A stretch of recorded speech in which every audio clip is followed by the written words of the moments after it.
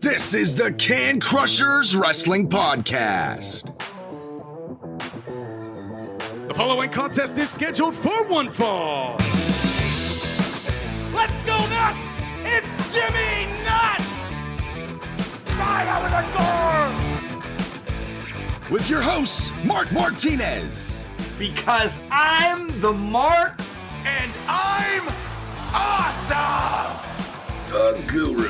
Today I'm going to break it down for all you simpleton sweat hogs listening out there in Can Crusher Nation.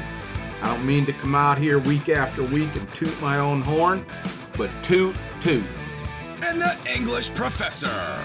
It is I, the English professor from the County of Kings, speaking the English of the Queen. Hey, this is former WWE superstar Duke the Dumpster Drosy, and you are listening to the Can Crushers Podcast. And welcome back to another Can Crusher Spotlight. I am your host, Mark the Mark Martinez, and I would like to say thank you all to the new members of the Can Crusher Nation joining us for another SOAR interview. This time it is with another champion.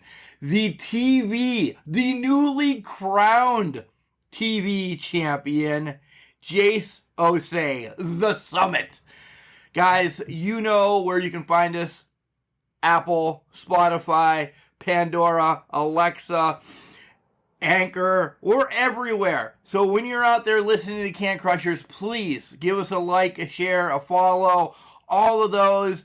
And don't forget to go in and rate us. You know, we want 5 stars. You want to give us 5 stars? That's great. Just give us something. We always love the stars. I love reading the feedback when you guys say, this is a, air quotes, trashy podcast. Yeah, we know. I'm a garbage man. That's what it is. All right. But to get on to the interview, Jace Osei, he is up and coming. He is huge. He is going to take the wrestling world by storm. He really is.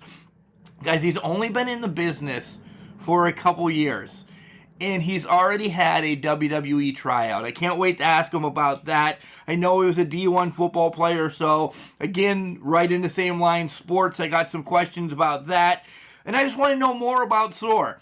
And I have a little bit that I need to tell him about the TV championship, because I'm a nerd. I love communications. That's what my degree is in. TV championship. I'm telling you, it's always been my favorite. From Arn Anderson, and you know, the list can go on and on and on. Ricky Starks recently in NWA, but the TV thing means so much to me. I'm not going to spoil it anymore. I'll wait till we get into the interview so you can hear me tell Jace, and everybody can hear it all by himself. Okay, Jace is on the line, so we're going to get over to him here in a quick second, but we have to do one more thing. We have to tell you about Collar and Elbow. I have mine on right now. I do. It's my wrestling one. It's all full of colors, and it says wrestling across it. CollarandElbow.com. Great wrestling apparel. Hats, hoodies, tees, as you know. Masks, vests, eye patches now. I don't know what else Noah's doing at Collar and Elbow, but he's making these amazing things, amazing apparel for wrestling fans just like me and you. We have a promo code that's going to save you 10%. It's all one word, Can Crushers. Pretty easy. Capital C in Can, capital C in Crushers, and it saves you 10% when you order from CollarandElbow.com. Here comes Al Snow to tell you about Collar and Elbow, and then we're going to be back on the line with the Summit, Jace Osei, the SOAR TV Champion. Wrestling. A love and a passion we all share. I've started a wrestling brand. The wrestling brand. A brand founded on the aspects of wrestling. 2 entities working together to create a product that connect emotionally for people everywhere. Collar and Elbow is the brand. Passion and love for wrestling is the drive. I am Al Snow, and this is Collar and Elbow, the wrestling brand.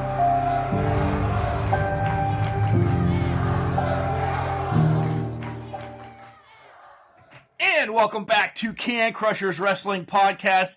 Guys, there's no way that I need to tell you who my guest is. You heard about it in the intro. You heard about Al Snow and Collar and Elbow. We are diving into the first ever SOAR TV Champion and the reigning and defending Dad Bod Champion, The Summit, Jace Osei. Welcome to Can Crushers, Jace. How are you doing? I'm doing great today. Thank you for having me on the podcast. You know, I feel honored. You feel honored to be on Can Crushers. You're the first person that's ever said that, so thanks a lot. Hey, look, I say honor is an honor, and I'm always going to make sure that I put that over. So you're holding two titles right now. One we'll get to, but this is the one I really want to know about. The Dad Bod Champion. Who really gave that to you? Well, see, I like to say I take pride in having a dad bod, and, you know, I'm the father of two dogs who, I mean, a lot of people have been saying, like, you know, you have to have real kids, and I'm just like, looking after dogs is actually like looking after real kids, because, to be honest, you have to, like, you know, pick up after all their messes. When they go to the vets, they cost you a lot of money, and you have to feed them every day. So I think I've earned the title of Dad Bod Champion.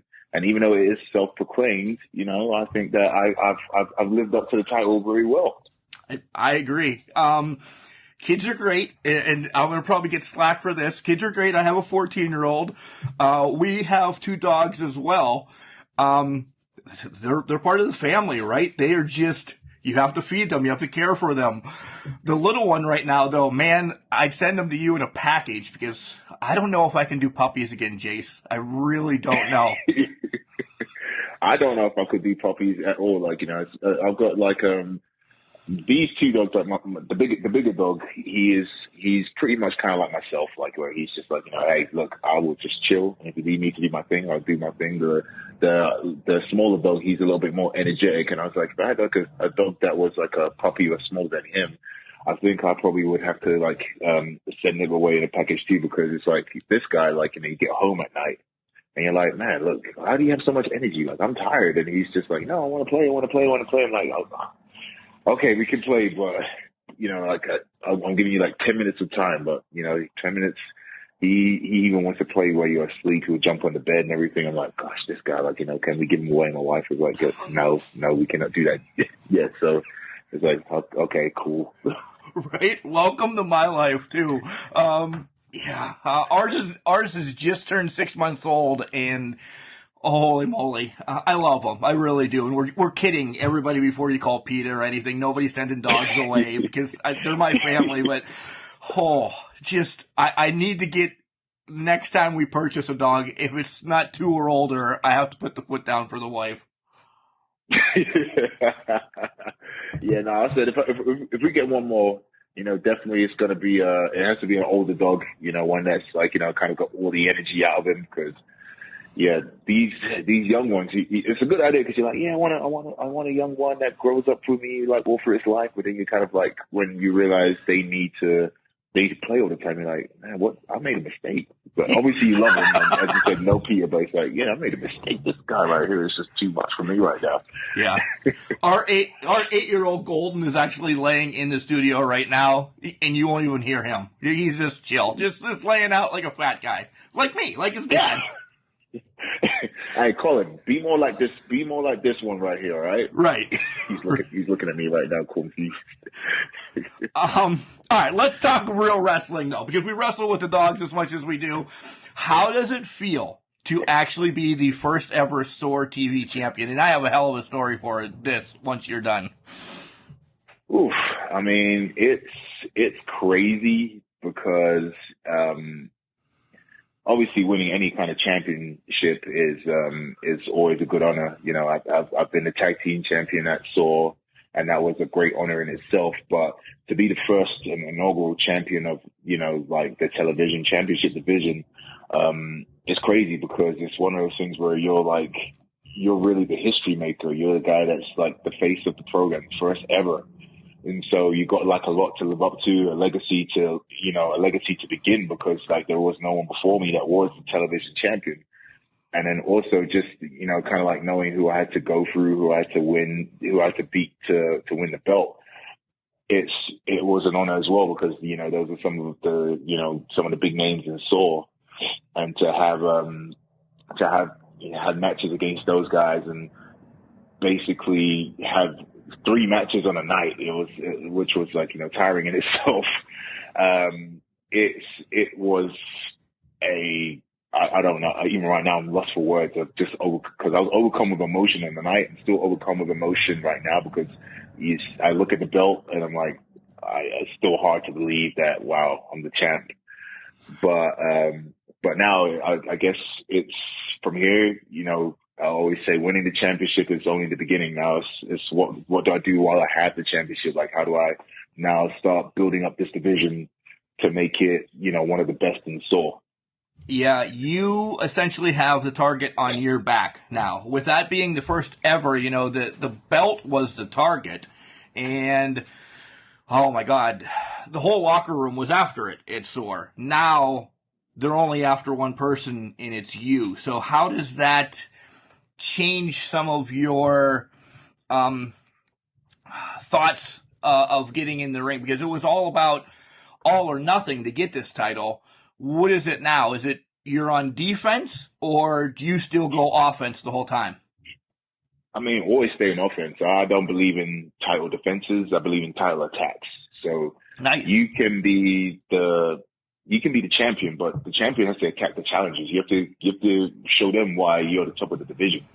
It's not about people coming after you. It's like, now that you're and I call myself the summit. The summit, you're there solely at the top of the mountain, looking down. You can see all the people that are trying to come up there to knock you off. And at that point, it's no secret. You're there. They know where you're at, and you have to know where they're at at all times. And the thing is, I'm not waiting for them to come and attack me. I'm going out there to go and attack them. And, anybody who feels like they want to come after me and be the television champion, just understand it's a whole bad day. Like, you're not coming up here to, come and get one over on me. I'm showing you I'm the television champion. That's all there is to it. And, you might think that you're working hard to get where I'm at. I don't rest. I'm always trying to get better. I'm always working hard to, make sure that I'm never surprised. So you have to understand, like, when you're a champion for a reason. And I'm not going to lower my level to, kind of like be the one that says like, okay, this guy right here, that's not a challenge to me. No, everybody gets the same treatment. Everybody who tries to challenge me is always a threat, and I'm going to treat you like a threat. Whether you're like a guy that's won a world championship or a guy that's never won a world championship, it doesn't matter. Challenger is a challenger, and you're going to get attacked.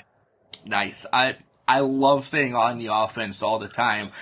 Before we do the rewind that I always like to do, I have to give you a little bit of nerd out, because everybody on Can Crusher Nation knows I'm a communication major, so I kind of like all that nerdy stuff. And I've always been, and I've always thought the TV championship across the board has been the greatest title of all times, no matter what organization, because it's always on TV. It's always defended. No disrespect to Flair or Roman Reigns.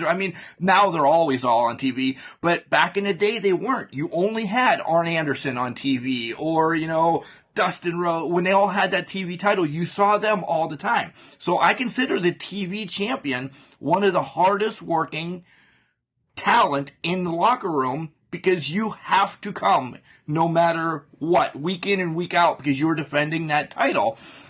Plus, it's linked to communications and stuff like that. So that's where I'm like, I love that, because I'm a freaking nerd. So definitely I'm your favorite champion, right? Yeah, I'm going to catch slack. I probably won't talk to anyone else from the SOAR from here on out, because they're all going to hate me. But yes, you're my favorite champion at SOAR. No matter what happens, you're my favorite champion, because you got the TV title. Hey, there we have it. He has made that. He has declared that, okay? So everybody at SOAR who's listening, understand I'm the favorite champion, all right? Right, and that's only going to get beef from the rest of the locker room, so great. I just love stirring the pot. That's what I do. Hey, don't worry. You got me on your side. I'll defend you, all right? Nice. Thank you very much, Chase. All right, let's do that rewind that I love doing all the time. Who introduced you to wrestling when you were just the little summit, looking over at the playground and everything? Who said, man, Jace, you have to watch this because you're going to be the greatest TV champion in SOAR of all times? Well, it's actually interesting. So, I'm originally from London, England. Oh, is that the accent? Yeah, we were going to get to that, but I just wanted to play that part for a little bit. But yeah, that's the elephant in the room. Guys, he's not from America. Nothing against him. I am definitely a foreigner. But yeah, so when we were growing up, when I was really, really young, we only had so I don't know if you know much about English public television, but there's at the time it was 4 channels, now it's 5. That come on English national TV that you get anytime you get a TV set. And on Channel 3, WCW used to come on, and it used to be free on UK TV. And my sister, which is, and it's going to be odd enough, she was the one that actually introduced me to wrestling when I was really young. And the first match that I remember ever watching was the Hollywood Blondes. It was Flying Brian, and I think it was the Stunning Steve Austin. And they were wrestling on that. WCW that I watched, and I remember seeing people like Ricky the Dragon Steamboat, the Man Called Sting, Too Cold Scorpio, and I used to watch them every week religiously. And then afterwards, when we got cable, growing up, then I was introduced to to WWF at the time, and I remember wrestlers like Ahmad.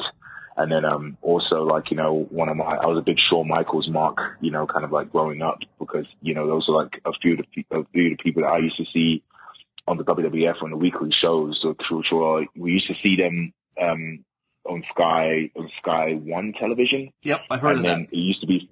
You've heard of Sky One? Yeah, I have. I actually have. Yes. Good. See, because not many people when I say that have heard of it, so it's good that I met somebody who finally knows English TV, and they used to come on for an hour, and then I remember watching that again every week religiously, and then ever since then I've kind of haven't stopped watching wrestling. I've been watching wrestling pretty much my whole life until then, and then oddly enough, coming up to 2 years ago, the one thing that changed my life, the one thing that got me into wrestling was when I actually got my WWE tryout, which I got before I even stepped into a wrestling ring. So I just do an application online, and then about 3 weeks later, I get this email from the WWE saying that you're invited to a tryout. And I'm thinking to myself, this has to be a spam, or this has to be some kind of phishing scam, because this can't be real. And then, lo and behold, verify it. I see that it's actually them inviting me to Florida to come and try out. And then ever since then, it's been a wrap. I then decided to get in touch with Sir Mo, and then join the Bumps and Bruises Academy. And then, ever since then, I've been a wrestler. And I mean, it's not the most traditional story, but it was one of those things where I didn't even think that would have even been a pathway for me. But, you just never know how life works out, because you go from this kid, watching these guys on TV to being in the same building as most of them, having the opportunity to be one of those guys on TV. And so ever since then, it's just been yep, you know what? This is it. We're going to do it, and we're going to make it happen. Right. Yeah. Oh my God. There's so much to process through there. And I'm going to go through them all. So your sister is pretty awesome, sending you to watch wrestling for the first place. That's cool. You don't hear that story too much. Question I have for you. Were you a bigger fan of WCW or WWE at that time? The whole Monday Night War, stuff like that. To be fair, I used to watch them both equally, because they both had a lot of wrestlers that I liked. And, obviously I was kind of happy when they had the whole merger, when, WCW became, a lot of the wrestlers came to WWE, because it's okay, cool, I can see all these guys in, one place. I would probably say just because of, certain storylines, probably, WWE was, probably, the leader for me. But, again, it was kind of hard to choose. I was watching, Monday Night Raw and Monday Night Nitro, and then also Thursday Night Thunder, and then also SmackDown when it became a show. So I was watching everything. So I wouldn't say I had a favorite, so to speak. I was just a wrestling fan. Nice. And that's what I like. I do like that. No disrespect to anybody prior that came on before and said, oh man, I really only love WCW. Yeah, but how did you get there? Because it was in territories, and like at one point my best friend only got WWF. So let's date myself. So he only got that. I only got NWA. So that's all I was watching until the late 80s when everything blew up. And then, oh my God, we got 2 more channels too. And how about it? We got all wrestling. So yeah, you just love wrestling for wrestling anymore. And that's what I think that's really how I feel right now. Because I know like everybody's talking about like, you know, like the AEW and, well, you know, the WWE, the wars. And it's like, I'll watch it all because, again, I'm a wrestling fan, you know, like, and I think that it's a testament to, like, everybody, like, you know, no matter what company you're working for, you know, you're putting in a lot of hard work. And so I just think, you know, at this point, instead of, like, you know, just, like, trying to differentiate people, just, like, you know, enjoy it. Like, watch it, enjoy it, and enjoy who you're watching wrestling. And, you know, because you never know, like, you know, you might not be giving something a chance. And then there's like that one wrestler that you like watch that one time. You're like, man, this is the person I want to be a fan of, you know? So Yes. like, be a fan. Engulf it all. There's enough time in the week to watch all the wrestling shows. I mean, granted, there's a lot of wrestling shows, but there is enough time to sit down. Just don't watch anything else. You don't have to watch CSI or Dancing with the Stars. No, especially Dancing with the Stars. As much as I love the show, but yeah, you have to watch that. Like, you know, go watch AEW Dynamite. Go watch like, you know, Raw, SmackDown, NXT, and also like New Japan. Like, you know, do that. And trust me, it can be an entertaining week of TV watching that rather than like, you know, like stuff like CSI or like, I don't know what other programs are out there actually. Cooking shows and yeah. All right. So I love the story about not stepping in the ring at all and you got a WWE tryout. So let's dive into that a little bit more. You played football prior though, right? Yep. Okay, yep. So let's go back to that Baylor. first. Yeah, there you go. Yeah. See, you were a D1 defensive lineman, right? So I started as a D lineman, then moved to O line. Oh, okay. Damn it, I didn't do all my homework, but I knew you were. All right, I'll be generic. You were a lineman for Baylor. Exactly. I was a lineman at Baylor. There you go. So how did that pan out? The rest of your football career into wrestling.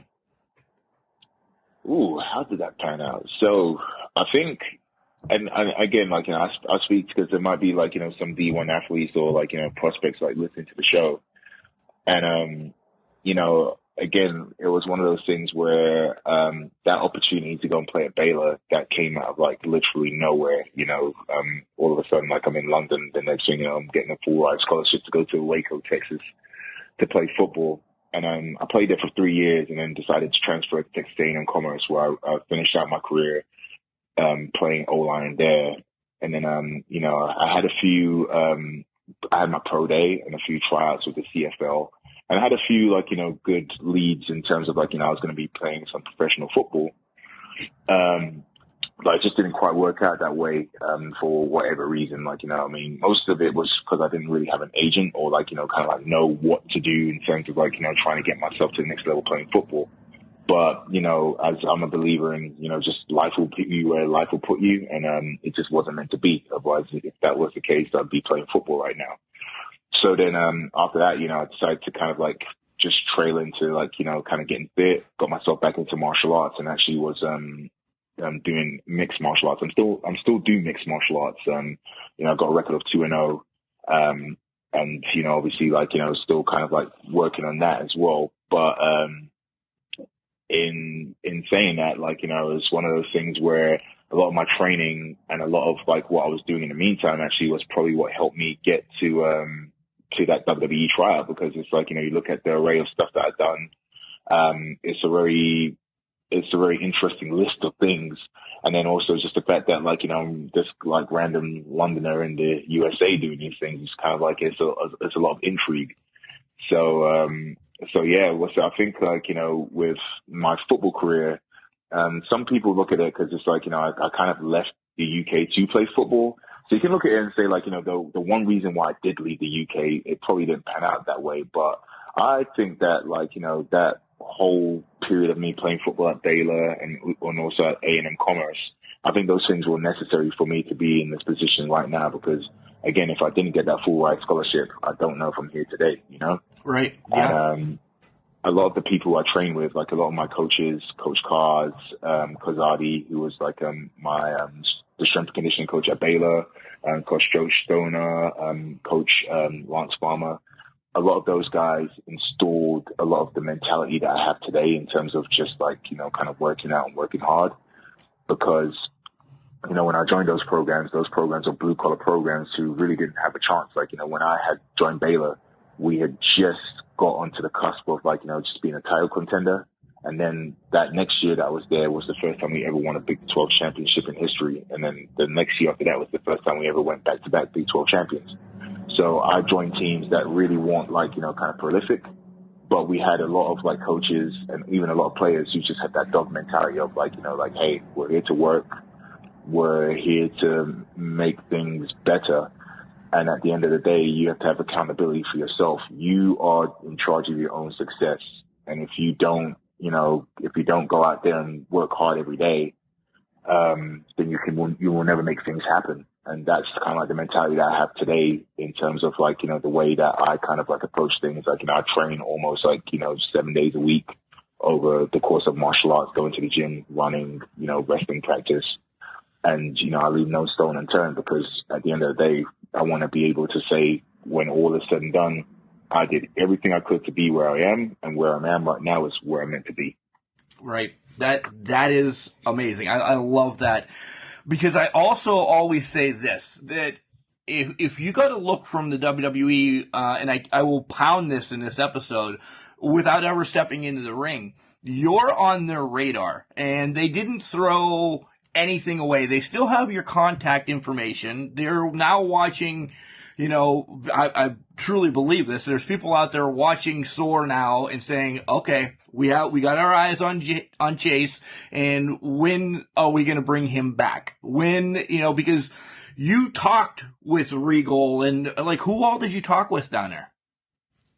So I talked to Matt Bloom, Norman Smiley, Gerald Briscoe, and also Robbie Brookside, who probably like was probably the most interesting person I've ever spoken to, like in a good way. Like Robbie Brookside, I will say like that. If you ever get a chance to meet that man, like, just sit down and have a conversation with him. He's absolutely amazing. And I think that was the main guy that I really talked to out there. Obviously, he's in charge of the whole NXT UK program. But I mean, in that 3 days, like obviously I've learned a lot more now, obviously being like, coached by coached in the Mo and the Bumps and Bruises Academy. But in that 3 days, I think just the conversations I had with him actually blew my mind. And that's when I kind of knew that, yeah, I'm going to give this wrestling thing a shot because there's just so much to it that, I thought I understood going into it, but I understood at that point I knew nothing, and it's kind of crazy just seeing like the passion that those guys have for the business, and it's very infectious. And I think that's the same passion that I have for the business. And, in terms of trying to, again, number one, go make it far, but at the same time, make this place good, not only for like the other wrestlers that are wrestling, but also for the fans. I want to be able for the fans to like look at this and say like, man, the son of Jace Osei, that was a guy that, made this business great. Evelyn Carter said pretty much the same thing about a month ago. She's like, yes, I would love to go to WWE, AEW, one of the big ones, but my, coat and hat are hung right now here at SOAR. So I want to make this, for the fans of SOAR, the greatest thing, better than WWE, AEW, when they leave that arena. And that's essentially what you just said, right? Exactly. So we talked about, D1 football and everything. People are going to follow you on social media because I'm going to make you give out all your social media at the end of the show because that's the easiest way to do it. And, that shtick. But overcoming injuries is part of your huge story too, right? Yes. So, obviously playing football, doing mixed martial arts, even doing wrestling, I always say the disclaimer, if you think you're going to be 100% healthy doing any of those sports, think again. It's just the nature of the game. Those are very physical sports. Really part of why I transferred out of Baylor was because I picked up a knee injury, which I wasn't going to recover from in time for the season. So then that's when I decided to transfer out. Made a full recovery from that injury, and then in 2018, I had picked up another injury, which I was meant to get an injection for, and then I found out that my white blood cell count was off, and I couldn't get the injection. So for a few months, we had to go back and get several blood tests. I was taken to an oncologist, and then the oncologist then diagnosed that I had non-Hodgkin's T-cell lymphoma in 3% of my cells. And at that point, I was told I would have to come back every few months for checkups, just to make sure that it was where it was and it was staying dormant. And then fast forward to the other week, and now I'm finding out that my blood cell levels are returning to normal, and my body's actually fighting the cancer on its own without any kind of intervention, without any kind of need for chemo or anything like that. And so now they're going to check me every 6 months to make sure that's still happening. But, obviously that was blessed news to kind of receive that, through just staying healthy and just kind of making sure that I was staying tight with my health, and with my health, my healthy lifestyle, that my body's been able to start to, make that fight back and make that recovery. So then hopefully it turns around to be 100% recovery. And then I can probably use that as an avenue to encourage others who are suffering for the same thing to say hey, you know what? It might be scary. It might sound like it's a scary thing at that point, but hey, whatever your situation is today, it doesn't have to be a situation tomorrow. Just work hard on the things you need to do to make sure that you can reverse that and do it. I love how you're taking every situation and you're putting the positive spin on it. Because there's people that would have gotten that news 5, 10, 20 years ago and would have tapped out. And you're just yeah, all right, cool. This is another obstacle in my way that I'm going to destroy to get to my dreams. I have your 4 golden rules that we're going to go over here in a little bit.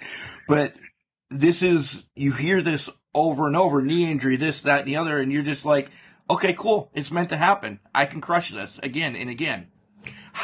Where did you pick that up from? A lot of it I picked up through just years of discipline. Obviously my mom, being a big proponent, in terms of just telling me and my siblings that hey, if you're gonna make it far in life, you have to understand that whatever you're trying to do, your goals do not care. If you're sad today, life doesn't care. It's going to keep on going on. So you can either feel it right now and try and fight through it, or you can just stay there in this position and just let life kind of move past and you stay in the same place. And then a lot of that was reinforced by a lot of the coaches I met through football, where it's just, you have to understand, Coach Cards used to say this one thing where it's, boys will do what they want to do and men will do what they have to do, meaning that if you want to make a dream and you want to get to where you want to get to, there are things that you might not necessarily want to do that you have to do to get there, and it's just a part of the process. And if you're not mature enough to understand that, then you're going to just do the things that you like about the process. And then when you don't make it, there's going to be all these excuses as to why you didn't make it and who was the reason for you not making it, and this situation for not being making it, rather than you just being mature enough to kind of understand that, hey, there's going to be times you have to wake up early. I don't want to wake up early, but you're going to have to do it if you want to be successful. Times where you're going to have to go to the gym late at night. You don't want to go to the gym late at night, but if you want to be successful, that might be a part of the process. There might be times where you have to travel far, and that's just part of the process. It's just one of those things where you might say that you want to do something, but you have to understand that, it's very entitled to think that you can control that process, especially if it's something that you want that you haven't made for yourself. So if you want to get there, you have to understand what the roadmap is, and at each step of the way, know that there are things that, you know, there's going to be parts that you like, parts that you don't like, but all of it is part of the process. And you have to take all those parts and treat them the same way. Yeah. This is the time, the perfect segue now. You have 4 golden rules that you live by. 1, you just mentioned over and over, trust your process. Number 2, recreate success. Number 3, own your failures. You've mentioned all of these so far in this, 25 minutes or so. And then get better today. A lot of people, that's the hard one, I think. I think a lot of people will do the other 3. They just get stuck in that rut and they don't know how to get better. Do you see that? I mean, I see that a lot. And, I get a lot of people who kind of talk to me about that, about, like saying to me, like, Jason, you're an inspiration. Jason, like, how do you, like, do some of these things? Like, you're crazy. And it's like, I'm not really crazy. Like, I don't think I'm really inspirational either. I think, I'm just an average guy, for the most part. But what makes me like less average is the fact that, I do the things that I want to do. And when I say that, I mean, it's like, I said, I want to do this. So I made no excuse and I said, okay, cool. We're just going to have to go out and do it. And, I think that's where a lot of people get hung up on, that first step of like going out to do it. And I always say to those people, you have to understand, you can be that person that takes action and goes towards your dreams, or that person that wonders what if. And people talk about motivation, and I say, yeah, like, obviously being motivated to take that first step, but then understand that after that motivation and that first step, the rest of it is discipline. And discipline is what you need to kind of like stay the course. And that's realizing that not every day is going to be the same. Like, there is going to be days where you just don't want to do it. And you're just like, man, I'm kind of like over it. I just want to stay in bed today.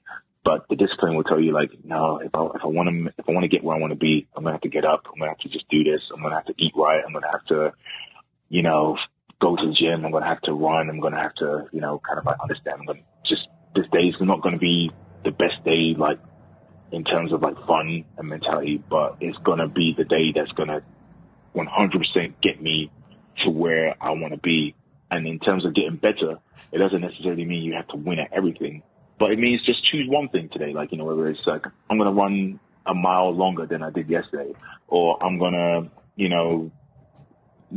do one more push-up than I did yesterday, or I'm going to do, sleep 1 more hour than I did yesterday. Those things are progress. And it's that 1% better mentality, because if you get 1% better 100 days in a row, then by that time you get to that 100th day, you've gotten 100% better at something that you was, probably like 100 days prior. And Yeah. that's where getting better is, I think kind of misconstrued. Like, getting better is like, I'm going to take these giant steps, when really it's like, no, just take these small steps each time, 1 rep at a time, and then get better that way. And then eventually you'll find that stuff starts building compound interest. And then you'll find that you're a better version of yourself, and then you can go on to do anything that you want to do. And he's a financial wizard with compound interest. I don't think that's the first time that's ever been mentioned on Can Crushers, because the only thing we compound normally is beverages, in the alcoholic beverages. Oh man, let's switch it back over to wrestling a little bit. That got deep. It really did. And I'm like, man, he's crushing me right now. So I have to, after you left Baylor and A&M Commerce in football, how did you get linked with SOAR and Bumps and Bruises? So, one of my friends who was in a college program with me at Commerce, she was the one that told me about Mo, and she said, reach out to him. So I reached out to him, and I told him my story, and he was like, come out for a tryout. So then I went to go, because at the time SOAR was doing shows in Coppell, Texas.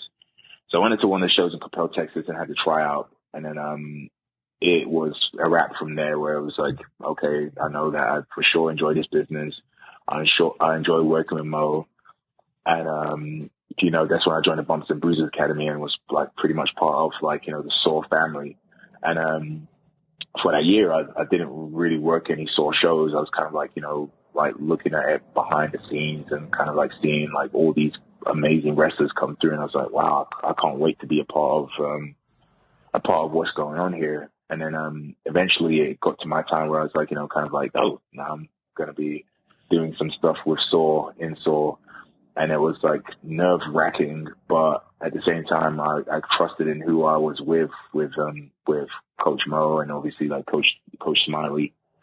And I think the one thing I like about being in Bumps and Bruises and being in SOAR is just the fact that, like, number one, we have a great thing going.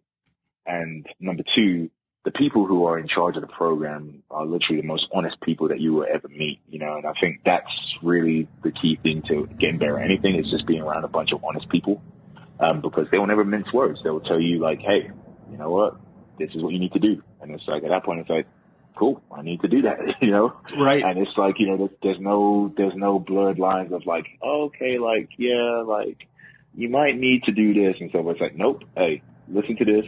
Go and do it. And it's like, cool. And then each time you kind of realize, if you start listening to what they're saying, you start getting better really quickly, and you start getting better, like, the next time you're out there. And I think that's really a lot of what's kind of led me to this point right now, just kind of being around that. And to be honest, that for me is the biggest blessing of being around SOAR and Bumps and Bruises, just having a bunch of people who really are, number one, just got your best interest in mind. And number two, just like are so honest with you, like, the feedback that you get is just like invaluable. SOAR is really a family. From working with you guys the last couple months and just talking with Dante and everything, you guys really are a family. And if you get, let's just throw it out, you get a contract tomorrow for WWE, and everybody there is going to be better because you were there working with them, and nobody is going to feel slighted because they're pushing you to do better. You're pushing Dean Fleming to do better. You're pushing, so on and so on to do better because you all want to see everyone exceed and or take over one of the big brands. I mean, I've said that before a little bit ago, but essentially that's what you guys are trying to do at SOAR, right? Yeah, and I think that's really like, I like the fact that you mentioned that. Iron sharpens iron. So, it's one of those things where, like, they could offer me the contract, but I didn't get there by myself. They even though I'm trying to make these guys better, they made me better. And essentially, like, I will never ever say that, yeah, like I was the one that got the WWE contract. No, we got the WWE contract if it happened. And at that point right there, like, yeah, you might make it to the top of the ladder, but then you also have to like look back down and reach back down, bring everybody who was with you up. Right. And that means that, it's never going to be a case of like, yeah, like, WWE or like, wherever I land and okay, cool. Like, I'm not affiliated with Bumps and Bruises no more. No, I'm carrying that moniker, like, everywhere because I'm proud of that fact. And I'm going to make sure that people like, if like, no matter where I end up, know who I was with and know who's in my crew and make sure that I like, kind of like hammer into their names, because it's one of those things that if I came from there, then that means there's more great people that came from there too, and they need to be like viewed as well, So I always believe in, yeah, obviously make your own success, but never forget those who like, kind of like there who are there along with you on the way, and make sure that everybody at your table's eating, especially if they're bringing food to the table. Right. Right. All right, let's take a break from wrestling for a minute and talk about some nerd out stuff, because we essentially are the same person. We really are. I do the technical stuff for wrestling, so to speak.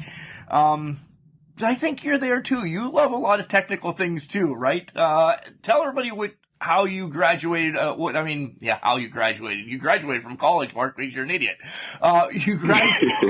You graduated with what kind of degree, and, some of the nerdy stuff you do there. So I graduated with a degree in like, it's essentially film and digital media, but also like, kind of like radio, television, but, also it's pretty much coupled with computer science. And, that's what I pretty much did in college. And that's kind of like what I'm doing for like my shoot job as well. And, a lot of what I do is like, so if you see all the graphics and stuff that I do on my page and so forth, that's pretty much all me, because that's the stuff I enjoy doing, like in terms of like editing photos, graphic design, like, video work, motion graphics, all that good stuff. And it's a lot of it is, it's not stuff that I like there's some stuff where I plan it out, but there's a lot of stuff where it's just like I'm sitting down, I'm like, oh, let me experiment and see what I can make with that. And it's like you do it, and it turns out it's like, oh wow, this actually turned out pretty cool. Like, so that's the kind of like nerdy stuff that I'll be doing in my spare time. Like pretty much just a lot of like stuff like you would do, like, with like TV and, kind of like editing and, even going out and shooting as well. I love talking to you guys. I really do. But like when I sit down and edit and I'm just like listening to it again and editing it, like, I'm like, oh yeah, I like that. Nope. Take that. Nope. And we record, everybody knows we record way ahead of time, and then we edit them down and make them sound better, this, that, and the other. Normally our interviews are about an hour. It takes me 4 to edit an hour down because I'm anal retentive is the word I was given in college. I bitched it. I got a 99 on a test one time, and I'm like, well, what's wrong? She's like, I don't remember. I'm like, well, you have to tell me why I lost that 1 point. She's like, Mark, you're graduating with a 4.141, above, everything. I'm like, right, then what did I get wrong? She's like, never mind, just here's your 100, get away from me. That's how I am. Yeah. Nerd. Nah, that's how I am too. Like, a lot of people will see something I create and they're like, wow, that's amazing. I'm looking at them like, no, there's just one thing that's missing. I'm gonna do it again. And they're like, what? Right. Like, yeah, look, if I'm gonna put something out there, it has to be perfect. I can't just like put something out there that's just good enough. It has to be perfect, It's like this. I'm gonna go and do it again. I'm gonna do it again. What else do you do? We talked about our love of dogs. Are you a video gamer, music guy? Do you rap with Dante at all? Because I know he's a big rapper. Anything like that? Well, I wish I was more of a musician, but like I would like to say, like, I'm not musically inclined. I am a big video gamer. I do a lot of like website and coding and stuff as well. So I'm a computer coder, and I'm a big anime nerd, a big manga nerd. So I watch a lot of anime, start big manga collections, and I'll actually, going back to gaming, I would say, like, I want to make a big plug to this game right here, that if you haven't played it, do play it. It's called The Octopath Traveler. I've been like playing that game religiously, and I must say that I think that this game needs more publicity. Okay, I'll have to try that out. I definitely will. I'm a big video gamer too. Right now, I'm kind of in the sports of the video games. I just transitioned. So I'm a huge baseball fan too. So like right now, it's all baseball. Baseball. I did just play Retromania though, because that just finally came out. But like I'm in baseball for about a month, and then I'll shift back over to anything. I really am. My wife literally hates me, but I pay the bill. No, I'm kidding. All right, back to wrestling. Tape study. How far back do you do some tape study? Are you in the 80s watching maybe some Dusty matches? I know you brought up Pillman and that guy, Stunning Steve Austin, who really didn't make it that big. But do you go farther back and watch anything like that and say, all right, I want to do this, and borrow? Because we all know wrestling it's essentially you're borrowing a move from this person or that person and just doing a twist on your own. Yeah, I watch a lot of stuff from like every era, simply because there's a lot of stuff that, that's been used in like times before wrestling right now that people have never seen before, so you can add it right now. One match that I like watching, and I can't remember the other competitor, but one of the people in it was Bockwinkle, and I think it's like a 20-minute match. That if anybody who's a wrestler is like hearing this, I would suggest you go and watch it. Nick Bockwinkle is amazing. Was it Larry Zbyszko? No, if I find it, I will definitely send it, so then that way we can plug it. But it wasn't Larry Zbyszko. Literally the name escapes me, but it's a match, and you will know which it is, because it's literally a 20-minute match where it's a lot of grappling, and it's in black and white. But the reason why this match is like so great to watch is just because of the intensity that they have, and the fact that like every hold, it was never stationary. It was always like, it it was always like, hey, I do not want to be held in this hold. I'm going to try and hold you in this hold. And that for me was like the essence of wrestling. And that's the style I want to try and emulate, where it's like, you want to make everything hurt. And in saying that, like, you want your opponent to, like, give you a good fight, because, I mean, a lot of people obviously stem to this fact that, like, wrestling is fake. And I tell people all the time, wrestling isn't really fake. Obviously, everybody's entitled to their opinion. But, wrestling is a competition, and it's a competitive sport, and, people out there trying to win. And I think that match right there, and that's why I go back to those eras. Like, I watch everything from every era, because you want to, number one, look at stuff that you want to emulate, but also you have to look at stuff that's going on right now. So then that way you can know the styles of everybody who's wrestling right now. So then that way you're never ever caught off guard by an opponent who does a certain style, and you're like, whoa, I've never seen this before. It's like, no, you know every style. So then that way you're kind of like, when you're stepping into the ring, it's like, cool, I'm ready. So a lot of my tape study kind of like varies, where I'll be watching stuff from, like, even as far as the 70s, down to, like, stuff that comes out and, like, that's come out like last week, because it's, you always, again, just like technology, everything is changing. But just because everything's changing doesn't mean that you forget the foundations from the past, because that's exactly what made everything change right now, and everything is still built on those things. Exactly. I love that you brought up Bockwinkle. I always kind of do a horrible comparison, and I've gotten a couple right over 5 years, but I have you because I knew your UFC background as well. So essentially my mind instantly went there. I have you as Shamrock, Dan Severn, Royce Gracie, that way.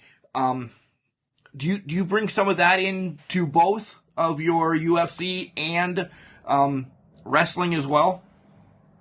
Yeah, I mean, and that's why, like, I've coined the style. My style of wrestling is actually called British shoot style wrestling. Yeah. Where it's a combination of the martial arts mixed with wrestling, like MMA background. Like, my martial arts styles are Dutch style kickboxing and Muay Thai, as well as Brazilian Jiu-Jitsu.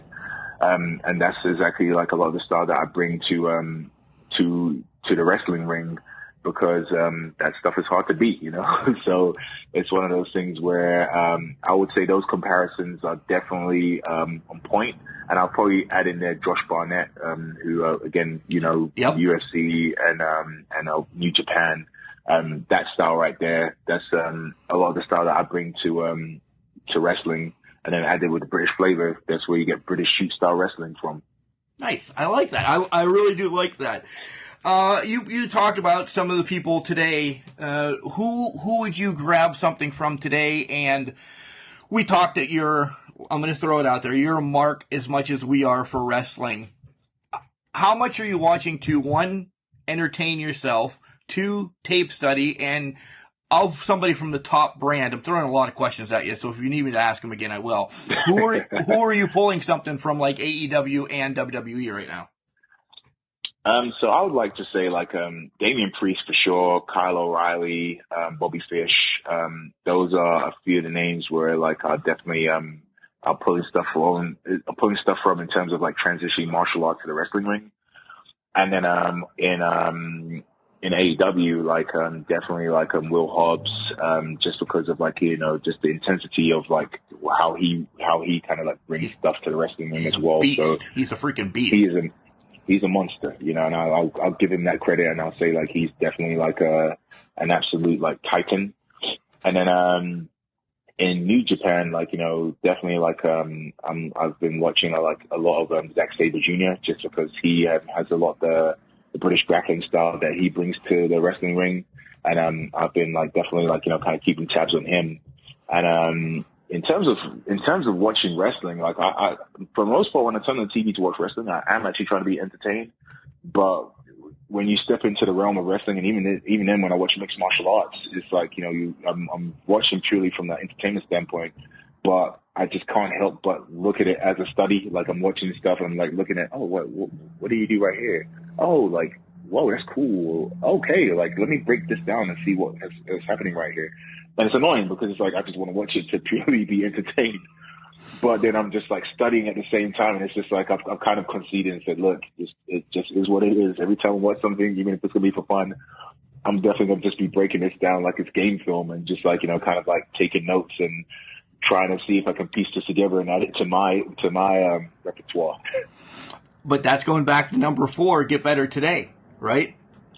Exactly, and I think that's some people say it's a curse, but at the same time it's a gift as well, because if you're and I say this and I say this, obviously people take it with a grain of salt, but get better every day doesn't necessarily like talk about being a better person in terms of occupation, but I'm always trying to get better as like a brother, a son, a spouse, uncle, father, whatever, worker, even better as a shopper. It's one of those things where each time I'm trying to think about how can I be better every day. Like, if I'm going into Walmart and I'm greeted by the person working in Walmart, and, I want to make them feel like their day special because they're working hard. Am I being a good customer, to them, and actually like making sure that I show them that I appreciate all the work that they're doing for me just by working here, and that's how I kind of like approach getting better every day. I get better in all facets, not just one. Right. All right, back to SOAR as we talk about some of your opponents. Who do you see on your radar? And don't give me the PC, nobody, because you're on the summit. I don't want to hear that. I don't want to. Let's talk about, like, who do you actually think? And I know you're going to be PC about this, but who's going to give you that first match for the TV title that you're going to be like, oh man, this was actually a fight? Or is there no one? But I don't want to hear the no one. I'm going to want to throw that out. Don't be generic on me, Jace. You know what? To be fair, I've heard all comers from everywhere, kind of like throw their name into the hat saying that they wanna face me for the TV championship. And honestly, I don't know who's the front runner. In terms of like who is the guy that SOAR thinks is, kind of like deserving of it. I wouldn't be surprised if it was one of the opponents that I faced in the tournament, whether it be Dean Fleming, Damien Daystar, or the Master of Destruction, just because obviously, they will probably feel like they have a case to try and come after me because they've got something they want to prove. But yeah, I guess in terms of front runner, I don't know who it is, but just so they know, they're facing the baddest television champion on the planet right now. So, it's one of those things where, I again, the cliche, I'm a fighting champion, but, bring me someone who's hungry, just in that way, I want them to know, hey, if you're coming after the champ right here, coming up to some Jace Osei, you should, shame on you, because I'm the baddest champion. Don't challenge me. They should also realize that the next time they get in the ring with you, it won't be after match 1, match 2, or match 3. You are 100% fresh. Not that, clearly you won because you were the best man that night. And the best man all times because you're the freaking TV champion. So let me get over a little more hate on everybody else in the locker room. But now it's a one-on-one. There's not a tournament. There's not, a battle royal. There's not that. This is you mano a mano, and that you beat him in a tournament. So hello, you need better competition. Exactly, and I think that's the thing. It's at the end of the day, you step in. If you say that you want to face me for the television championship, you have to understand there's a difference between you have an opportunity, but you have to realize that once you step in the ring now, that then comes from an opportunity to an occupational hazard, it's legit. I'm being serious. I'm the baddest man. I'm the baddest. I agree. The baddest TV champion on the planet. So it's now you're stepping into the danger. no one can save you. There's no going back now. So it's like whatever happens to you is literally on you, and you have to be able to live with that at the end of the day. And so, I just want to, make sure that whoever it is that I'm facing just knows that. And come with your best, because I'm coming with my best. I'm not taking any days off. I'm not going to look at you and think to yourself, just because I'm the baddest champion on the planet, that's time to slack. No, you're going to find out why I'm the summit. Like, I'm giving you my best. And that's where you have to understand, like, anytime I step into the ring, you are getting my best. I go 100% at everything. I take everything seriously. There's no 50%, no 75%. It is 100%. So you have to understand that you might come in thinking one way, but you'll never leave the same, and you will respect the baddest TV champion on the planet when you leave, and you should respect it. SOAR made a huge announcement in the last couple of days that SOAR Mania 2 is coming up on June 18th. And there's some stuff already scheduled, and it's I'm not going to break down the lineup yet. We have months to talk about this over the next couple months. But how pumped are you to be at SOAR Mania 2? I'm actually ecstatic. I was at the last SOAR Mania, so I know exactly how big of a stage it is, how big of a platform it is. And, now to be in SOAR Mania and to be there as the television champion, like one of the prime guys of SOAR, it's absolutely amazing, because it's now like, not only will people kind of like respect me as a champion just because I'm a champion right now, but then they actually get to see on the biggest stage of them all, like, especially with the lineup that's kind of like built to be there, that the son of Jace Osei is one of those guys. Like, like I'm not one that I give respect to a lot of people, but at the same time, like, my name is going to be like, in the marquee, just like a lot of these, like, big guys that people talk about. So just to have that opportunity and have that honor and just have that platform is just exciting in itself. And I can't wait for June. Like, if anything, I wish it was next month.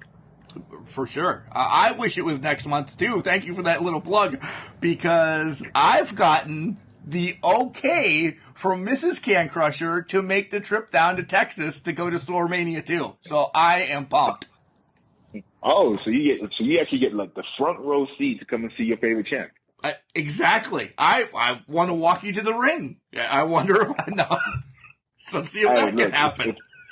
If Mo, Dante, if you're hearing this, we're making that happen, okay? Are you gonna let me hold the title to the ring now? Can I be like your valet? Oh, see, I love SOAR. Yes, that is happening. Like, I'm Mo, Dante, you're listening right now. That's happening, okay? Like the television champion is saying that's going to be happening. Like, make it happen.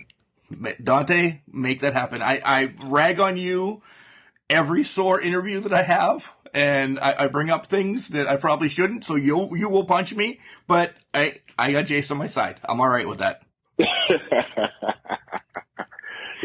Hey, don't worry. Like, no one messes with me in your corner, all right? Deal. Hey, this is my...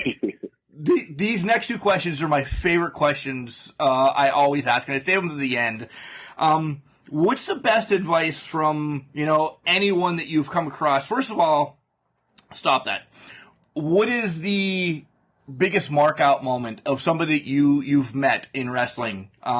Have it be a legend or somebody like that. You're like, man, I remember seeing him in the ring, because we still have mark-out moments, right? Yeah.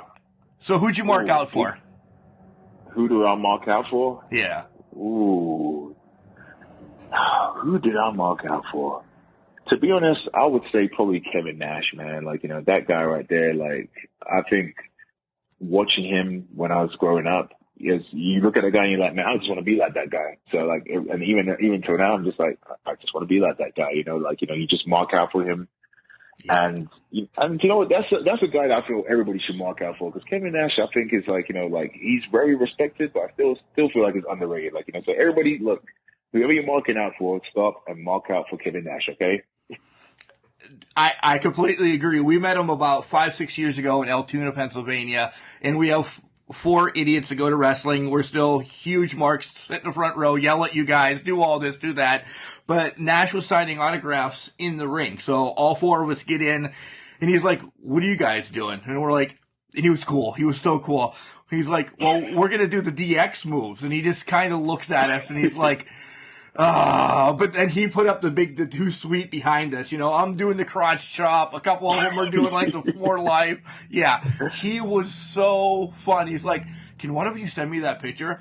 Like, legit, I sent Kevin Nash a picture of us 4. I don't know if he threw it away or, you know, burned it because he's like, these jagalones did whatever. But he was so cool when we were in the ring with him. So once you said Kevin Nash, my mind instantly went there. I loved it. Yeah. Hey, like, send me that. You have to send me that picture too, right? I will. As soon as we get off the air today, I will. I'll send it to you because he's just like, yeah. Now I'll get to what's the best advice you've gotten from, you know, somebody, you know, behind the curtain? Ooh, the best advice I've gotten from someone behind the curtain. I think the best advice I've gotten is basically like less is more, and to kind of like don't give everybody everything at one time, in terms of like, you know, kind of like always put like what you're trying to get over first, because you don't want to like, you know, kind of like, into how to put it, to kind of stay PC, blow your load all at one time. You kind of want to, you want to go in stages, because the thing is, like, at the end of the day, like, you know, the one thing is you have to do things that add to what you're doing, as opposed to showing like everybody everything that you can do. Because it's like, you know, like, at some point, if people invest in you, they're investing in you. They know you're cool, so you don't have to, like, you know, do everything that you know. Just like, you know, kind of like make sure that you like leave stuff on the table, and just know that, like, at the end of the day, like, you know, you don't have to do too much. I like that. So let's spin this now, because now some little kid from Houston or Amarillo or somebody's going to come up to you at a meet and greet and say, Jace, I love you. You're amazing. I'm 7 years old. I know I want to be a wrestler when I grow up. What do I do? What advice do you give that little 7-year-old? That little 7-year-old, tell them, here's the one thing. You just have to understand that not every day is going to be easy. So always be prepared to work hard. And the one thing you can never do is just do not give up, and understand that you have to be your biggest supporter. You always have to believe in yourself. And obviously you want people in your corner believing in you, but they can't believe in something that you don't believe in. So if you wake up every day, you have to tell yourself that you're going to make it. And does that mean you're going to make it 100%? Not really. However, if you put in the work every day to make it, then whatever happens, you will be satisfied. And trust me, there will be no one who will be disappointed in you and say like, oh my gosh, you're a failure. No one will say that, because they'll be like, every day I saw you worked hard for it. I saw you working hard for it. So I know that, like, you know, like, you legit put your all into it. So you have to just, those two things, be prepared to work hard and be your biggest supporter. That's the same advice my mother gave me, as I was a child, or, you know, or before she passed or anything like that, that she's like, keep going. You're crush the podcast, this, that, and the other thing. She's like, just keep going. No matter what anybody says, just keep going. Because if you take a day off, that day off, somebody else just took a step closer to you. Exactly. And that's the one thing that's the one feeling you just do not want to have, because it's a hard one to shake. It is. It really is. All right. Now my real favorite question, and let's see if you can get this right. Everybody always asks about who your dream match would be, because, who do you want to wrestle? Cool. I do want to know who, but I also put a spin on this. I want to know who, where you want to wrestle this, like Madison Square Garden, down at SOAR Arena, you know, over United Kingdom, something like that. And what's the stipulation in the match? Ooh. So my dream match right now, and I would say this, like, you know, from being like, you know, just a big wrestle mark anyway, dream match right now would be to wrestle Walter, the NXT UK champion, in Old Trafford. because I'm a big Manchester United fan, and I've always wanted to, like, before when I was a kid, I wanted to be a soccer player. You know, obviously I was too big to play soccer, and I would have always wanted to play for Manchester United. But if I could be in a stadium as a wrestler, I still got to do something in that stadium. And the stipulation being, like, you know, like, and I say this, you know, obviously with the biggest grain of salt. Number one, championship match, whoever wins is the champion. But secondly, whoever loses the match can never wrestle in England again. Wow. That's the biggest stipulation we've had. Yeah, we've had, like, cowbells and this, that, and the other thing. You are officially kicking somebody out of England. That's crazy. Exactly. Yeah, all right. I dig it. I really do. All right. We've been speaking with the Summit, Jace Osei, the first ever TV champion and the greatest champion of SOAR. Also, he's the defending Dad Bod Champ as well. But Jace, tell everybody where they can follow you on social media, and do you have any merch out there that, you know, people can buy, and where can they find it? Merch is soon coming, so stay posted. Stay posted on my socials. I'll be updating people on the merch. New website is coming soon as well, so stay updated on that. In terms of socials, it's pretty simple. On Twitter and Instagram, it's this _summit_JO. And on Facebook, you can find me as Jace Osei. So just search that, and then you'll be on all my socials. Plus, guys, you know, he's tagged in everything that we have across social media on our page as well. All right, final thing, and then I'm going to let you go because I'm sure you're ready to work out because I've kept you way too long. What are your WrestleMania plans? First of all, there's wrestling out the wazoo this weekend. So I don't know how much you're getting into, but let's just go with WrestleMania. What are your plans for this weekend? To sit down and watch it. Like, you know, I'm going to be watching it intently. I am actually intrigued because I've been telling people ever since WWE is going into this COVID stage, some of these storylines are just absolutely, like, mind-blowing amazing. So, like, right now, I'm like, legit, like, intrigued because I can't predict what's going on. So I'm definitely going to be watching it, like, with a notebook, number one, but also just number two, just out of just pure curiosity. And then also I'm going to be watching the NXT TakeOver on Friday, I believe it is, right? It's Friday in Tampa, NXT TakeOver? No, Wednesday and Thursday. Friday's still SmackDown. Oh, so Friday's still SmackDown? So okay, so I'm the NXT and NXT TakeOver, I'm going to be watching that too because I ain't going to lie, I'm legit just intrigued. So I'm probably, this might be the first time I actually watch it as just for entertainment, even though I'm pretty sure I'm going to have my notebook, but I'm just going to be purely entertained. So everybody else, yeah, just watch it. I mean, it's going to be in a new Peacock network, which they're giving a 7-day free trial, so you should be able to watch it for free anyway. Right, yeah. I figured once we were talking here for a little bit, I figured you were going to be all in on the Kyle O'Reilly, Adam Cole match. That's, I think, has to be your number one peak, right? Yes. And just because, like, as I said, Kyle O'Reilly, I could easily, I'm going to say, is in one of my top 10 wrestlers of this era.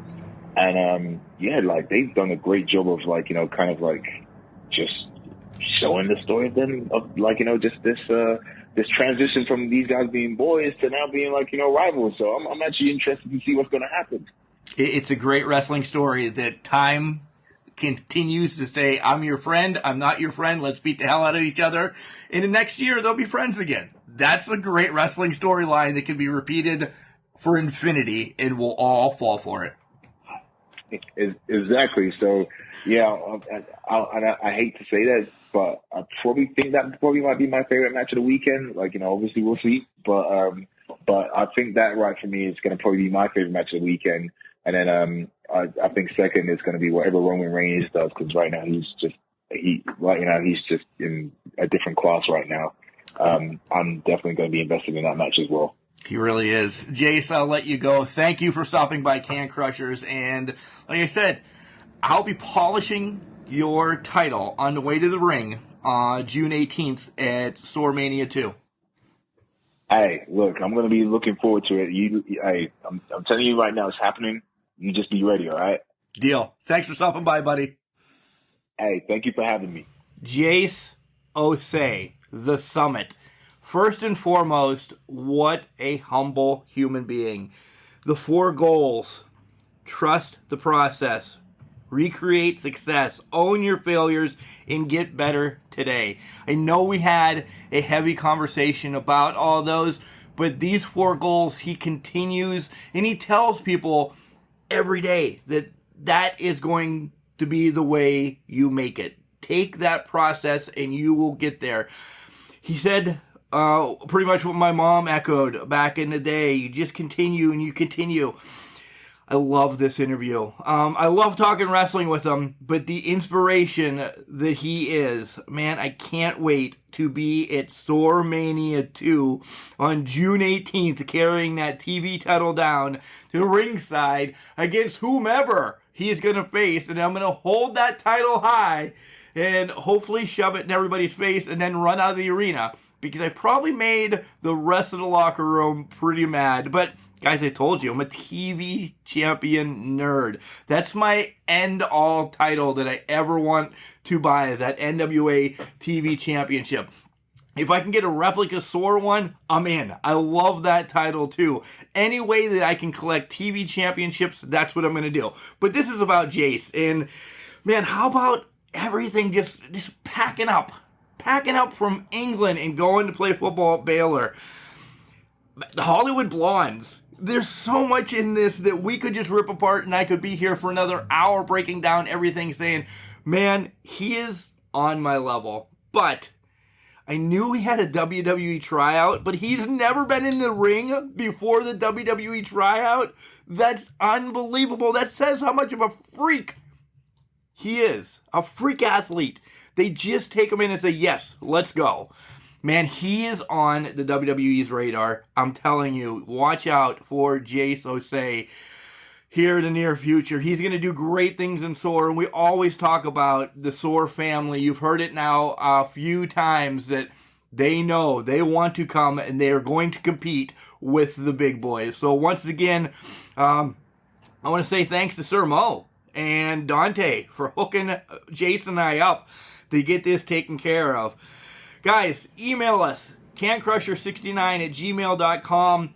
All of our social media is at cancrusher69. That's Twitter, Facebook, and Instagram.